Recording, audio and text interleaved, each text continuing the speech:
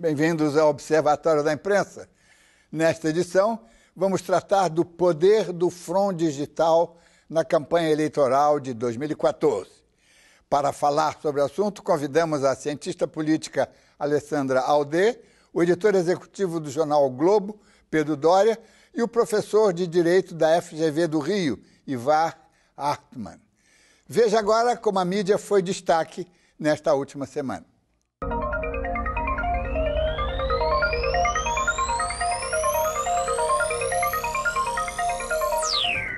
As biografias voltaram a Berlinda e, desta vez, quem está mais indignada é a presidente da República, Dilma Rousseff.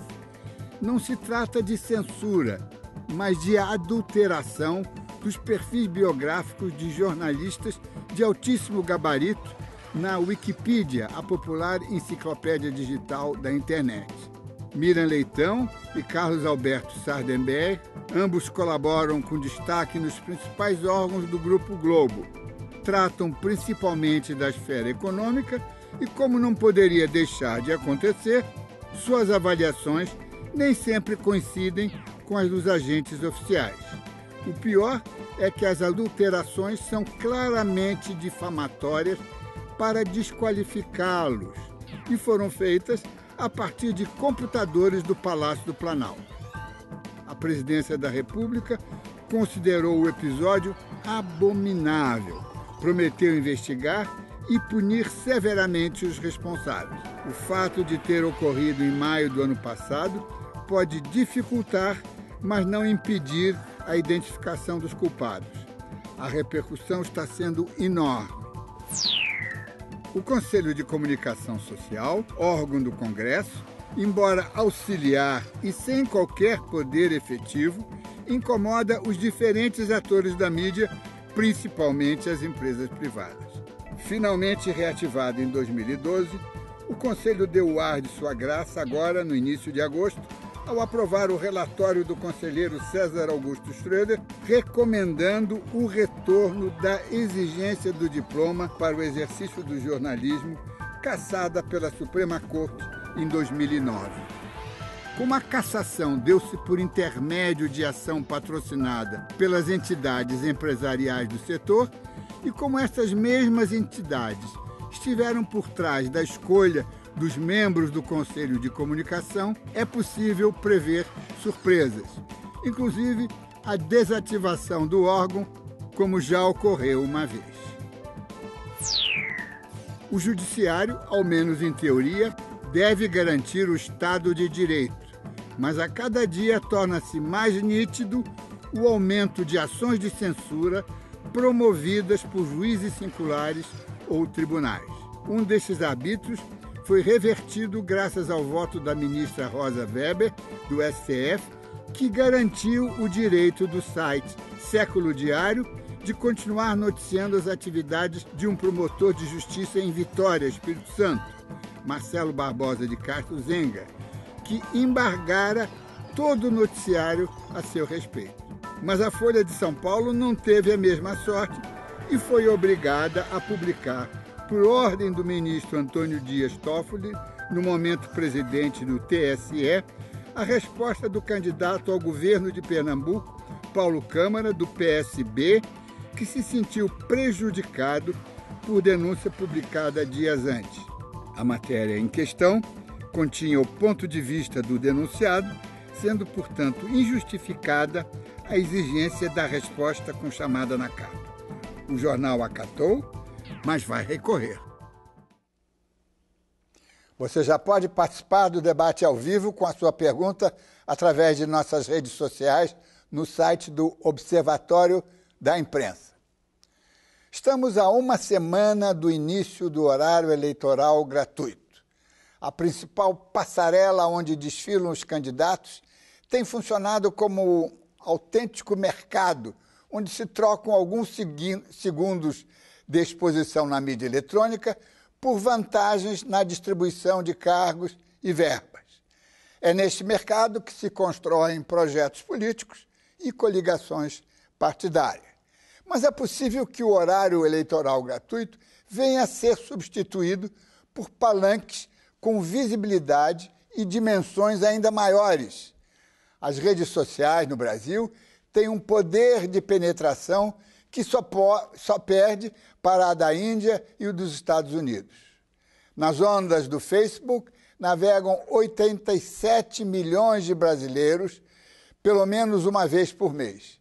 E destes, 63 milhões acessam o Facebook através do celular, onde imperam mensagens curtas, impactantes e nem sempre legítimas.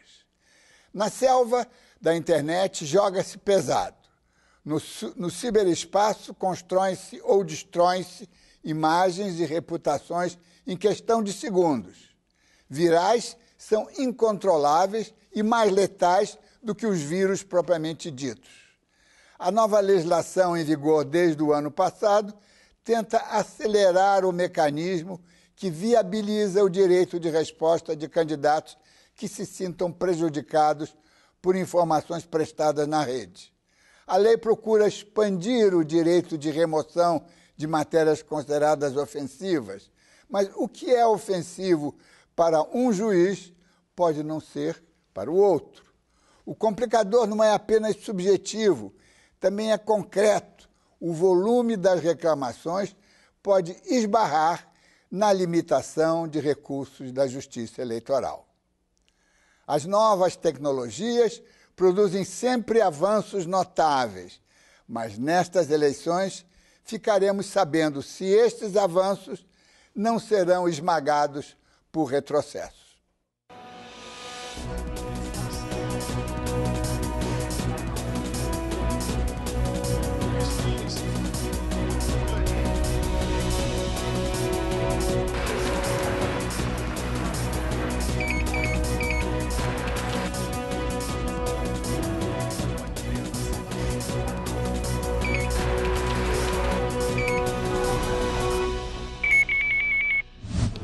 Nos próximos 2 meses, o eleitor será bombardeado com informações.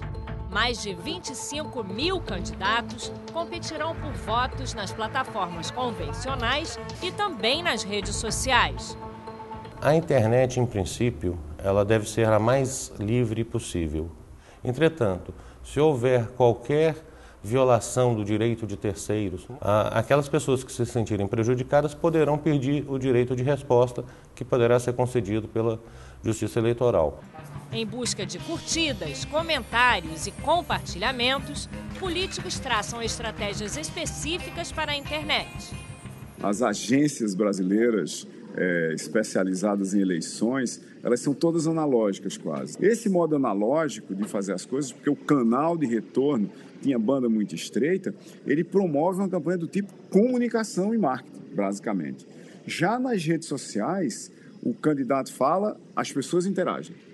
O candidato não interage de volta, porque a campanha dele não tem uma estratégia, não tem um conjunto de políticas que deveriam ter criado ou levado a essa estratégia, e aí não tem métodos, processos, ferramentas, não segue o timing, os tempos da rede, e as pessoas, de fato, querem participar do processo. Além do contato ágil e direto com a população, as redes sociais permitem avaliar o humor dos eleitores e monitorar a discussão de temas sensíveis. Cliques e tweets podem ser manipulados para construir ou derrubar reputações. Robôs são capazes de viralizar mensagens para aumentar a popularidade de candidatos ou espalhar boatos. Já há casos em que um partido solicitou à justiça que pedisse para identificar quem era que estava pagando propaganda no candidato, quem era que estava pagando para promover um candidato no Facebook. O Facebook, quando põe uma propaganda no timeline das pessoas, ou quando põe um link, um post patrocinado, um texto patrocinado na rede, fica lá quem foi que pagou, quantos links foram postados, quantos likes, quantos gostar foram clicados e assim por diante. Evidentemente, as candidaturas e as campanhas não têm nenhum interesse de revelar e de admitir o uso das redes sociais como um instrumento de ataque. E aí você tem desde robôs, né, que atuam dentro da internet para promover mesmo palavras-chave que influenciem diretamente na procura sobretudo nos mecanismos de procura e de busca, associando nomes a termos, né, e esses termos podem ser positivos ou negativos dependendo da função, ou mesmo uma atuação direta e estratégica de militantes para atuar dentro das redes sociais. Perfis falsos são postos no ar. Os próprios provedores de serviço já tomam muito cuidado em eleições em pessoas que têm uma maior exposição, eles já tomam cuidado de verificar e impedir a criação de contas em nome de terceiros. Isso é terminantemente proibido, não só pela legislação eleitoral, mas por toda a legislação brasileira, inclusive com aplicação de sanções penais. As mídias tradicionais estão incorporando as redes sociais na cobertura da corrida eleitoral. A Bandeirantes anunciou que vai usar uma ferramenta para monitorar o Twitter durante o debate entre os candidatos a governador do Rio de Janeiro. Jornais impressos precisarão redobrar os cuidados com a veracidade das informações que circulam na rede. Bom, eu vejo com certa preocupação o papel dos meios de comunicação convencionais, né, chamada grande mídia, em relação a como ela vai se comportar diante desses fluxos, sobretudo de ataque, né? Um pouco a preocupação é que elas sejam emuladores ou repercussoras de uma central de boatos, né? O que, sem dúvida nenhuma, não contribui para o processo eleitoral e, sobretudo, para a democracia brasileira. O Brasil é o terceiro maior usuário global do Facebook. O país tem mais de 75 milhões de usuários ativos mensais e cerca de 47 milhões se conectam à plataforma diariamente. Mais de 33 milhões de brasileiros têm conta no Twitter. Visualizações podem não decidir as eleições, mas mobilizam a sociedade. Eu não estou vendo, de uma forma ampla, a rede sendo usada para a construção de consenso coletivo. As campanhas políticas no Brasil, elas são campanhas de muito marketing, de muito o rosto do candidato, frases de efeito dos candidatos em geral.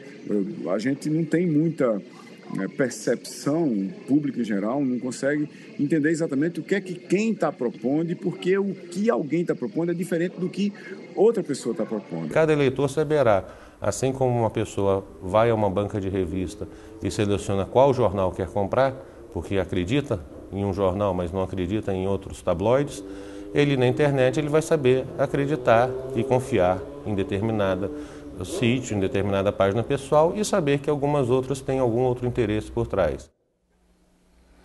Alessandra Alder, eu fiz não uma afirmação, mas eu levantei a hipótese de que num futuro não muito distante, nós tenhamos um substituto do todo-poderoso horário eleitoral gratuito, em torno do qual gira toda a vida eleitoral brasileira, né?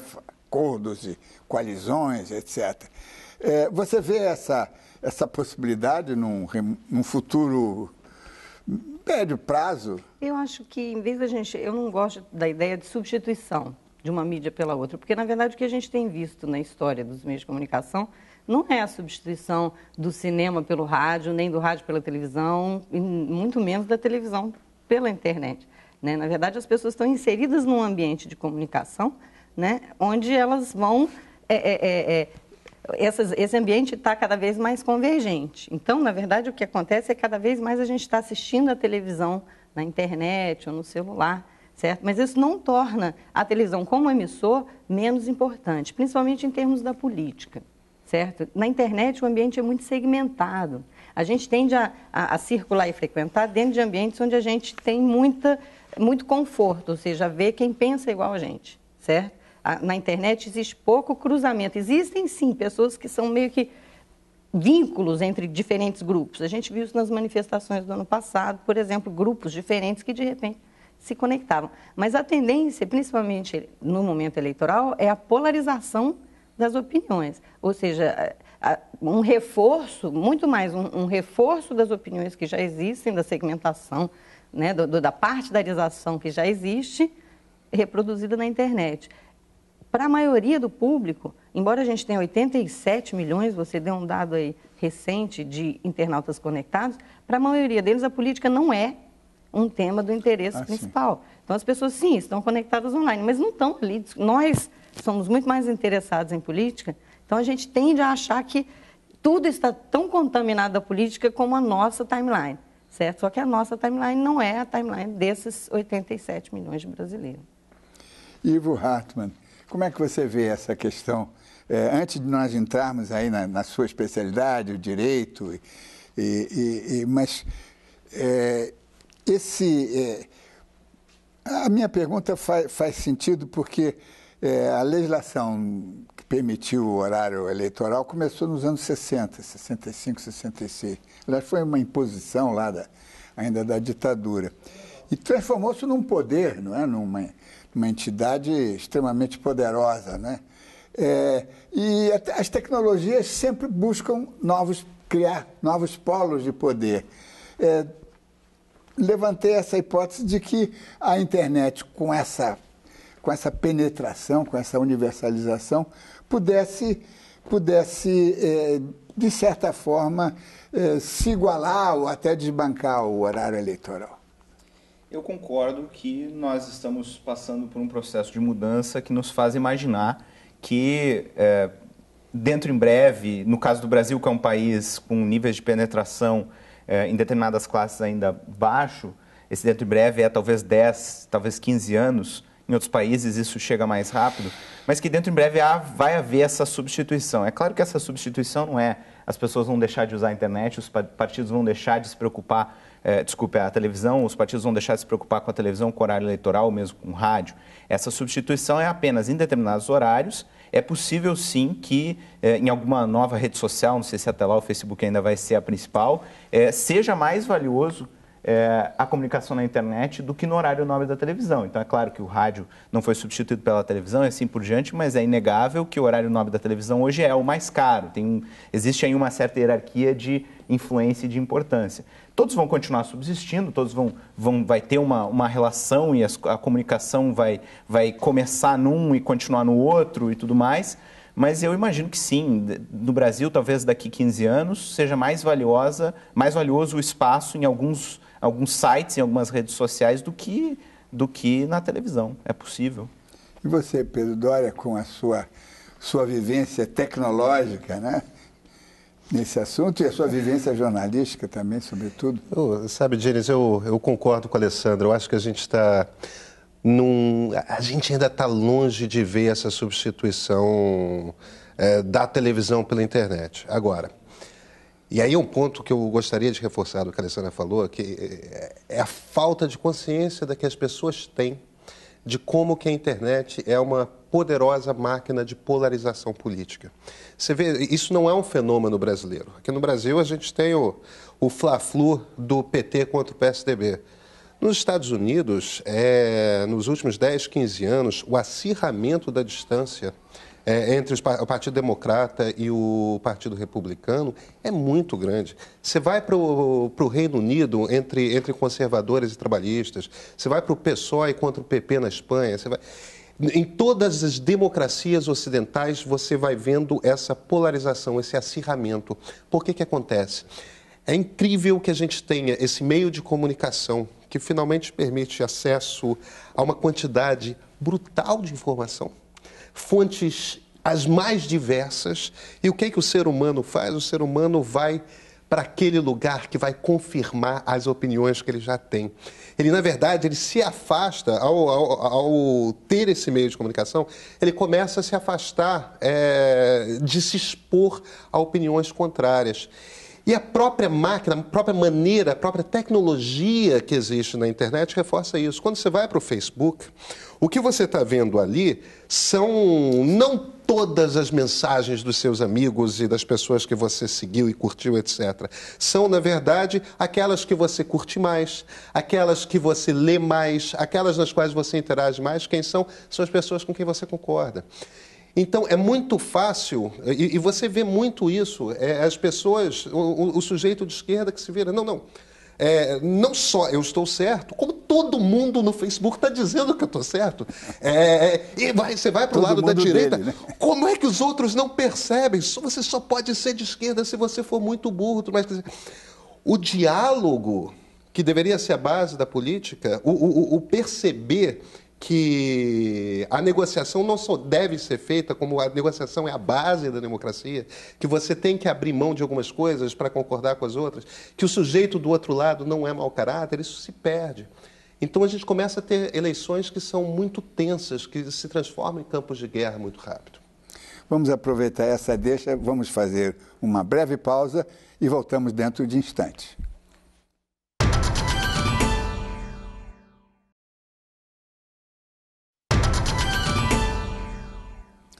Estamos de volta com o Observatório da Imprensa, que hoje avalia a campanha eleitoral nas mídias sociais. Em Nova York, a correspondente Daniela Traudi nos relata como as mídias sociais foram decisivas na reeleição do presidente Barack Obama. É até redundante afirmar que as redes sociais tiveram um papel fundamental na reeleição do presidente americano em 2012. 10 em cada 10 analistas concordam que a disputa foi vencida por Barack Obama com uma estratégia principal, a de se coletar dados de milhões de seguidores e possíveis eleitores através de plataformas como o Facebook, por exemplo, uma estratégia inovadora que derrubou o oponente conservador Mitt Romney. Essa eficiência veio de uma equipe pequena, liderada por uma finlandesa naturalizada americana, que conseguiu mais de 40 milhões de seguidores nas redes sociais para a campanha, além de outros milhões de dólares arrecadados através dessas plataformas digitais. Dá para dizer que a reeleição de Obama profissionalizou o uso das redes sociais como plataforma política. Dá para dizer também que essas plataformas ajudaram a construir a imagem do presidente Barack Obama, da primeira-dama Michelle Obama, do vice-presidente e de toda a família.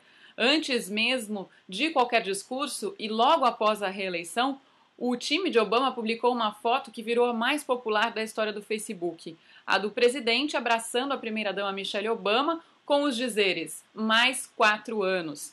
E esse então é justamente o poder nas redes sociais. Não só o alcance em números, mas o alcance ao coração. Dá para sensibilizar milhões de eleitores e possíveis eleitores, um por um, ao mesmo tempo. Alessandra, só para a gente terminar o início do debate, você não acha que as redes sociais, com seu potencial de interatividade, vão permitir, digamos, uma participação maior, que ela pode ser até negativa, não é como nós vamos ver daqui a pouco, porque a coisa pode radicalizar, exacerbar, mas ela permite A grande característica da internet é a interatividade, certo? Mas uma das coisas que eu costumo chamar a atenção é que a gente tende a entender o usuário, o internauta, de uma forma homogênea. A gente fala, o internauta, fica pensando que as pessoas que estão lá são parecidas, certo? E eu gosto de chamar a atenção para os perfis que você tem. E você tem alguns perfis que eles são bastante típicos da internet, mas que eles têm papéis e efeitos completamente diferentes. Você pode pensar, por exemplo, que a internet ela é muito confortável para os ativistas, militantes, para todo mundo que está engajado numa campanha, para os próprios jornalistas, que são cidadãos super interessados, para se manterem, primeiro, monitorando informação, como eles mostraram que a campanha super profissional do Obama fez, e segundo, produzindo informação para circular. Agora, tem um outro contingente enorme de internautas que não tem a menor pretensão de se tornar emissor. Não tem vontade de ser ativo na internet, entendeu? Então, você pode imaginar aí que tem um monte, né, um contingente enorme de pessoas cuja função principal é seguir as ondas, seguir as modas, aquelas ondas de interesse, certo? Que, no caso da política, a eleição representa talvez a principal onda. É quando as pessoas vão começar a prestar atenção. Então, tem um monte de gente que vai simplesmente se atualizar, acompanhar. Então, o marco continua sendo, de certa forma, o horário eleitoral. Semana que vem a gente tem um marco que transforma a política de uma coisa para nós que somos muito interessados em um assunto mais geral, certo? Então, eu acho que esses papéis diferentes têm que ser levados em conta. Existe interatividade, mas alguns atores estão mais empenhados, primeiro em produzir formas de interatividade e depois também em controlar essa interatividade com o objetivo político, certo? Uma grande maioria de pessoas não está no jogo de forma tão ativa, certo? está na internet, porém segue, certo? Segue atores com credibilidade, emissores já conhecidos, segue modas e tendências. Eles são importantes porque eles alimentam as ondas. E aí as ondas podem explodir e sair da internet. O grande objetivo de uma campanha na internet é sair da internet. Claro. É atingir um público maior que ainda está só nos meios de comunicação de massa. Ivar Hartmann, agora, o horário eleitoral, ele é, digamos, passivo, não é? Quer dizer, o cidadão, o eleitor, está assistindo e ele, além de não participar, ele também não pode provocar debates, não é? E aqui nós temos nesse momento político brasileiro, o Pedro Doria já chamou a atenção para isso, nós estamos com uma agressividade muito grande, o que vai exigir, por parte da Justiça Eleitoral, controles gigantescos, não é? Para evitar que as ofensas imperem, não é? Como é que você vê essa... Eu espero, e pelo menos o ministro Dias Toffoli, que está presidindo o TSE, já deu a entender isso, que vai ser adotada uma postura, o judiciário brasileiro vai adotar uma postura diferente quando se trata de pessoa física, né, do cidadão comum falando alguma coisa, até que ponto vai regular, até que ponto vai se preocupar em, por ordem judicial, mandar tirar alguma coisa do ar ou fazer essa pessoa pagar danos morais para quem ela criticou. Quer dizer, é um tratamento diferenciado para o cidadão médio, pessoa física, em comparação com os grandes meios de comunicação. Tudo que nós temos no direito brasileiro, e eu acho que isso é similar em outros países, né, porque é uma questão de histórico, sobre liberdade de expressão, é pensado para regular grandes meios se comunicando e o cidadão médio apenas ouvindo e nunca tendo voz para milhões. Nós temos que agora fazer uma adaptação. Mudou o jogo. Mudou o jogo e as regras antigas não podem ser aplicadas para novas condições do jogo. Então é justo, até certo ponto, que, né, um grande jornal, um rádio, uma televisão, continue tendo o nível de restrição que sempre teve pelo tipo diferenciado de influência que tem.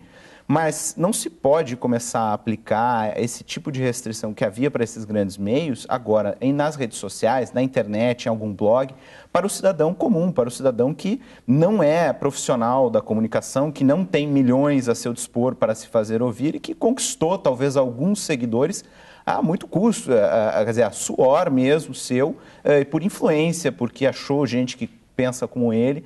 E eu imagino que o judiciário brasileiro vai saber fazer essa diferença.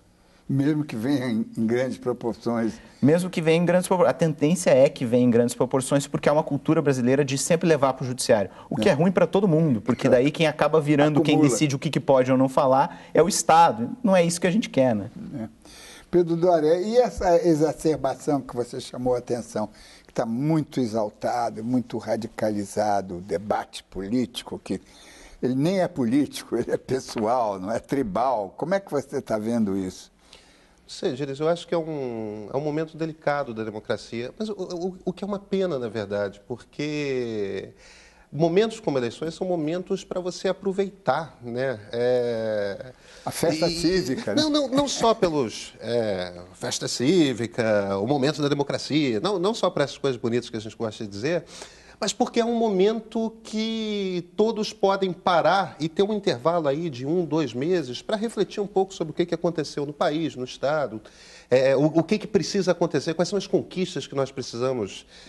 Já fizemos tantas, em tempos recentes, né, da estabilidade da moeda a trazer uma grande parcela da população para a classe média. Quer dizer, existem conquistas reais dessa nova democracia brasileira que têm que ser preservadas e quais são as prioridades para diante? Quer dizer, essas discussões todas acabam ficando no meio do bang-bang, no meio do tiroteio. As questões de vamos definir quais são as novas prioridades do Brasil, quais são as novas conquistas que a gente precisa alcançar, essas se perdem muito, o que é uma pena. Pois é. Alessandra, você acha que esse caso que houve com os dois jornalistas, a Miriam Leitão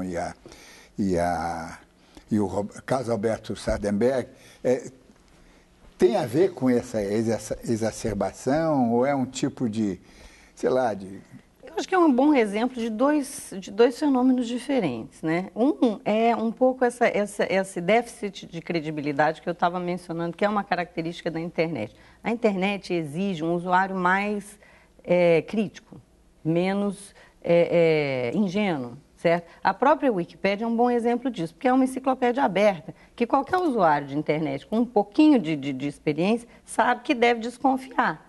Qualquer pessoa pode ir lá e alterar os verbetes da Wikipédia. Então, quando os meus alunos vêm com referências da Wikipédia, eu logo corro. Eu falo, não me venham com a Wikipédia, porque a Wikipédia não é uma fonte confiável. Agora, é uma primeira fonte de pesquisa, Sim. assim como um buscador qualquer, como o Google. Você escuta muitas pessoas quando estão se iniciando na internet, não, eu procurei na internet. Procurar na internet é você delegar ao buscador, delegar ao Google, falar assim, olha, acha isso aqui para mim. E o Google tem os seus algoritmos de funcionamento de organização, que não necessariamente são aqueles que são as suas preferências. Ou os mais justos, né? Ou os mais justos, ou os mais importantes. Então, o usuário da internet, ele vai sendo, às vezes, à custa de tentativa e erro, alfabetizado no sentido de ser desconfiado, certo? O leitor da internet, ele deve ser desconfiado de conteúdos. Então, eu acho assim, bastante corriqueiro que alguém vá mexer na Wikipédia, até por implicância e por posicionamento político. O que não pode é as pessoas acessarem a Wikipédia achando que ali tem uma informação que não deve ser checada, que não pode ser conferida. Então, por isso eu dizia, por um lado, o papel dos jornalistas e de todos os emissores que têm esse status, têm credibilidade, têm legitimidade, que adquiriram socialmente, eles ganham um peso muito importante na web, certo? Eu confio em informação da rede se ela vem de fontes confiáveis. E os grandes portais de notícias desempenham esse papel. Pessoas que eu conheço, que têm reputação para as coisas dele, também desempenham esse papel, certo? Então, eu não sei com que público uma manipulação desse tipo na Wikipédia pode ter um grande impacto eleitoral, certo? Eu acho que não tem um impacto eleitoral tão grande. Ivan, mas você não acha que, digamos, o Wikipedia são textos maiores e já tem um filtro que as pessoas que querem mensagens curtas já não vão atrás. Agora, a comunicação pelo celular, não é? As redes sociais, frases curtas, incisivas, fortes, não é? Isso vai facilitar, digamos, a veiculação de coisas nocivas e injúrias. Depende o que se entende por nociva e depende segundo o critério de quem. Sim. A ideia é que isso vai circular livremente e cada pessoa vai avaliar se é nocivo ou não. A gente quer o mínimo possível de intervenção do judiciário no sentido paternalista de dizer aqui houve ofensa, aqui não houve ofensa. A gente tem agora a possibilidade de não só um grupo pequeno, né, de porta-voz, de grupo pequeno de grande mídia podendo falar, mas sim um grupo muito maior. E a gente imagina que com isso vai haver uma liberdade um pouco maior. Principalmente porque o próprio conceito de difamação é extremamente complicado. Para alguns, ou em determinados casos, determinada mensagem no Facebook é claramente difamação, para outros não é. O conceito de dano moral em função de algo, de uma crítica, completamente aberto. Não é possível ter qualquer esperança de que isso seja um conceito que eu possa, com segurança, pensar aquilo eu não posso falar, aquilo eu sei que, né, um juiz depois vai me condenar a pagar danos morais, então eu não vou falar, agora isso eu sei que eu posso com certeza falar. Não tem qualquer segurança. Então, quanto mais a gente tiver o judiciário dando, né, indenização por danos morais, maior esse risco paira sobre a cabeça de todos nós. Seja o repórter de um grande meio, seja o cidadão comum que tem um blog. Todos podem vir a pagar porque o conceito é completamente aberto. A gente tem que procurar evitar esse tipo de judicialização. E como é que você vê a matéria humorística, satírica, né? Porque você faz caricaturas em jornais, em revistas, não é? É tradicional isso, há 200 anos que se faz isso, e na internet. Hoje nós já começamos a admitir, tem esse personagem até extremamente simpático, a Dilma Bolada, né? Como é que a gente vai poder, não digo controlar, mas avaliar se de repente aparece um personagem agressivo?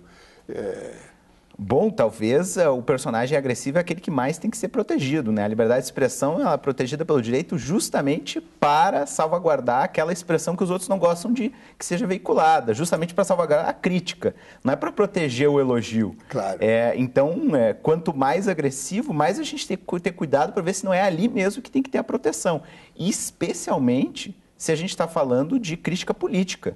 Se é uma crítica agressiva, por mais agressiva que seja, mais política, tem que ter um cuidado altíssimo para não se fazer censura com base em um conceito aberto como dano moral. E a sátira, o humor, apenas ilustra isso. Mostra como é ainda mais difícil quando se trata de humor, quando é uma paródia, por exemplo, é ainda mais difícil de saber se aquilo passou dos limites ou não passou dos limites. É uma questão que se coloca muito difícil aí para os nossos juízes.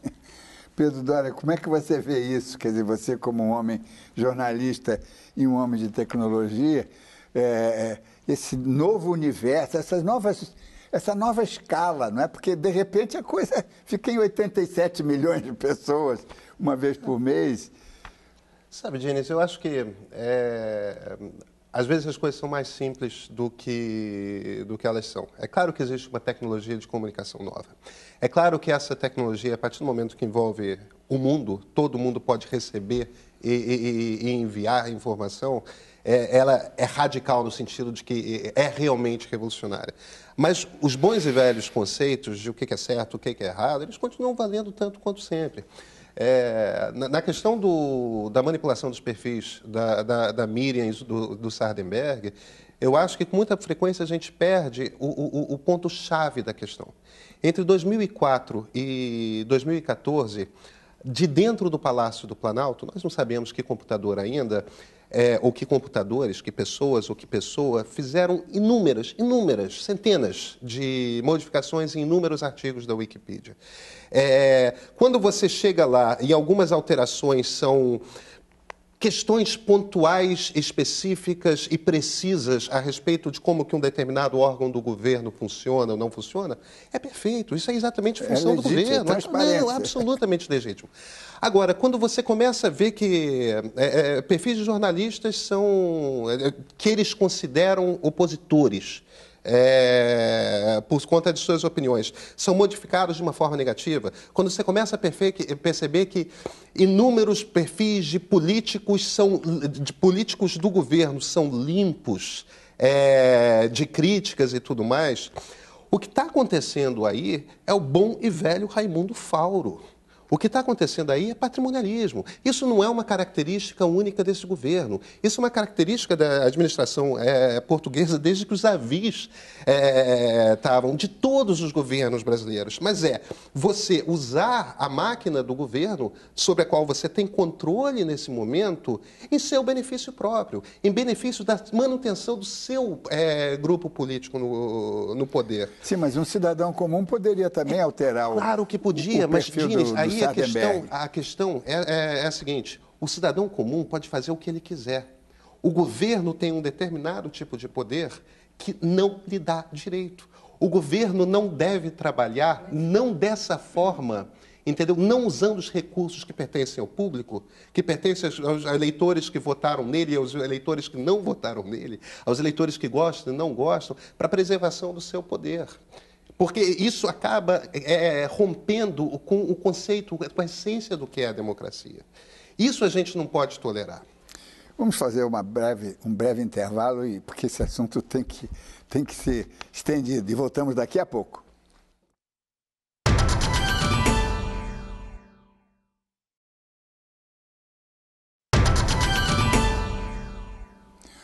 O Observatório da Imprensa está de volta com o debate sobre a influência das redes sociais na campanha eleitoral deste ano. Ivar Artmann, sua cabeça de jurista aqui é muito importante. A internet está cheia de perfis falsos, né? Isso é em qualquer esfera, gente importante, meio importante ou absolutamente desimportante. Como é que se trata disso? Isso não necessariamente é um problema, o fato de ser um perfil falso, né? Como se falou já aqui. Na época dos meios de comunicação de massa, a confiança se dava em função do emissor. né? Se é aquele jornal, se é aquele canal, eu confio e pronto. Agora, nós estamos lentamente, mas né, acho que já se avançou muito nesse sentido, passando por um outro sistema, um outro jeito de confiar. Agora a confiança não é na emissora, agora a confiança é no conteúdo. Independentemente do emissor, de onde é que eu li isso, eu vou pensar, eu vou de repente numa segunda fonte, eu vou perguntar para alguém, atualmente, ainda que eu veja, né, na capa, no site de capa, ou no horário nobre de uma grande emissora, eu não necessariamente vou dar isso como certo. Eu posso desconfiar, eu vou atrás e há um pouquinho. E eu acho que isso é o que nós precisamos. A partir do momento em que a confiança só é atribuída em função de um conteúdo porque passou por um processo que a pessoa fez de verificação, ela perguntou para mais alguém, ela viu se outros meios também estão falando a mesma coisa, e não em função de quem falou, nós temos mais qualidade quando se trata de debate político, por exemplo. E aí o perfil falso não é nenhum problema. Tem o perfil falso da Dilma Bolada, a pessoa vê o conteúdo, sabe que não é a própria presidente, não há problema nenhum que fale qualquer coisa, porque ninguém vai atribuir. Muitas vezes, mesmo quando o perfil, e não é o caso do Dilma Bolada, né, nunca foi, mas mesmo quando o perfil quer propositalmente se fazer passar, eu tenho maneiras de avaliar se eu posso confiar ou não. Então, isso é um problema, mas não sei se é tão grande assim. Alessandra, o importante é o seguinte, nós estamos em processo de mutação muito veloz, né? Não está dando tempo de sedimentar, de avaliar, né? Mas você é uma pesquisadora estudiosa da evolução dos meios de comunicação. Como é que você está vendo isso comparado com outras campanhas eleitorais? Você percebe até isso do ponto de vista das campanhas, né? Porque hoje em dia as campanhas que podem, pagam a preço de ouro consultores pela internet, que na verdade não sabem o que estão vendendo. É verdade, porque não existe um know-how, certo? Nas eleições passadas, candidatos gastaram milhões trazendo consultores especialistas de outros países. Na verdade, ainda é uma fronteira. Certo? Realmente não se sabe direito o que funciona, como é que se faz uma mensagem viralizar, como é que outra que tem todas as características não circula da mesma forma. Então, eu só queria discordar de um ponto do que o Ivar falou, que eu acho que, embora existam muitas mudanças, a questão da reputação ainda é muito importante. Não é todo mundo que vai pagar o custo de fazer todo o processo, certo, informativo de forma autônoma. Eu buscar informação para comparar, eu avaliar se essa informação tem uma fonte segura. Então, eu acho que muito desse trabalho ainda vai continuar sendo delegado para emissores confiáveis. Agora, de alguma forma, essa reputação está mais em disputa, ou seja, outros emissores podem disputar credibilidade na internet. E eu acho que isso torna o ambiente mais plural. Certo? Então, eu também sou otimista, apesar dessa segmentação que polariza, certo? E das limitações em geral do grande público. A gente não deve achar que todo mundo vai se comportar como... Sim, com elevação. Com o internauta ideal, comparando toda a informação e com isenção, certo? Mas, de modo geral, eu acho que é um ambiente instigante para quem está fazendo campanha. Inclusive porque uma das características valorizadas na internet é a espontaneidade, a transparência. Então, os candidatos que não conseguem fazer isso de alguma forma são prejudicados, certo? Então, existe um aprendizado aí que é o aprendizado de exposição, certo? Pode ser saudável, pode trazer bons frutos. Pedro Doria, como é que você está vendo esse... você acredita que está havendo uma exacerbação? Como é que você está vendo isso e os desdobramentos? Isso é que importa, né? Sabe, eu acho que é uma pena o não aproveitar dessa ferramenta pelos grupos políticos. Pouca gente compreende o que o Obama fez em 2008. Eu acho que 2008, nos Estados Unidos, foi um ano-chave para compreender como que a internet pode ser usada de uma forma muito inteligente numa campanha eleitoral. Ele tinha um problema que era o seguinte...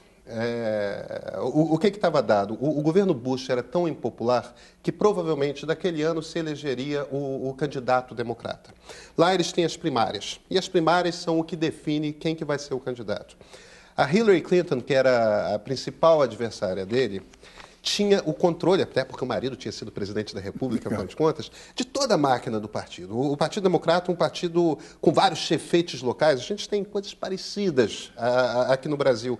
E são esses chefetes locais que mobilizam pessoas para ir à eleição primária e dizer: eu quero que a Hillary seja candidata democrata à presidência. O que o Obama fez, e começou a fazer isso um ano e meio antes das primárias começarem, foi montar uma máquina de mobilização de eleitores pela internet. Quando os Clinton perceberam que, sem usar a máquina do partido, o Obama estava conseguindo levar mais gente do que eles, Clinton, às urnas para escolhê-lo, já era tarde demais. Quer dizer, é possível você usar a internet de forma muito inteligente para motivar o eleitor, que no final das contas é o que um presidente deseja. Pretende. Quando você vai olhar a eleição de fato, que foi entre o Obama e o John McCain, a de 2008, você acha, como é que ele está usando a internet? Como é que... Não. A maneira esperta, a grande sacada, tinha sido durante as primárias. No momento que ele foi escolhido candidato democrata, dada a impopularidade do Bush, era quase fácil garantir que o Obama seria o presidente. A gente não vê em nenhuma das campanhas brasileiras, nem a presidência, nem o governador, ao menos, talvez eu esteja generalizando demais quando eu falo de governadores, eu pelo menos não percebi ninguém tentando fazer de forma inteligente, com bons algoritmos, com boas ferramentas de mobilização, esse ajuntamento de eleitores, esse despertar de eleitores para a discussão sobre política e tudo mais. É uma pena. Uma das diferenças é que o voto é obrigatório e lá, você tem toda a razão. A campanha tem que também mobilizar as pessoas. Inclusive, foi uma das vitórias do Obama. Levar as pessoas às urnas. Ele mobilizou o registro de eleitores, não é? Quer dizer, é isso mesmo. Agora, e eles também não têm lá o horário eleitoral gratuito, que é uma oferta inicial de ideias, não é? Uma vitrine, eles consideram uma vitrine. Eu chamei de passarela. Mas que, ao mesmo tempo, de certa forma, desmobiliza. Porque o barato da internet, a boa coisa que a internet traz é justamente essa mobilização de pessoas, esse provocar do diálogo. O horário eleitoral gratuito, no fim das contas, é pura publicidade, né? Não é um diálogo, mas é uma tentativa de vender um produto. Não, claro, por isso que eu achei que, tendo sido criado há tanto tempo, em 60... A TV Globo começou em 65, e 2 anos depois você já tinha um ambiente que permitia ter a Lei Falcão e tudo. Quer dizer, passado tanto tempo, eu acho que alguma coisa de novo vai acontecer. Talvez o paralelismo entre... Como acontece, o cinema existe, a televisão existe, tudo continua, o teatro continua.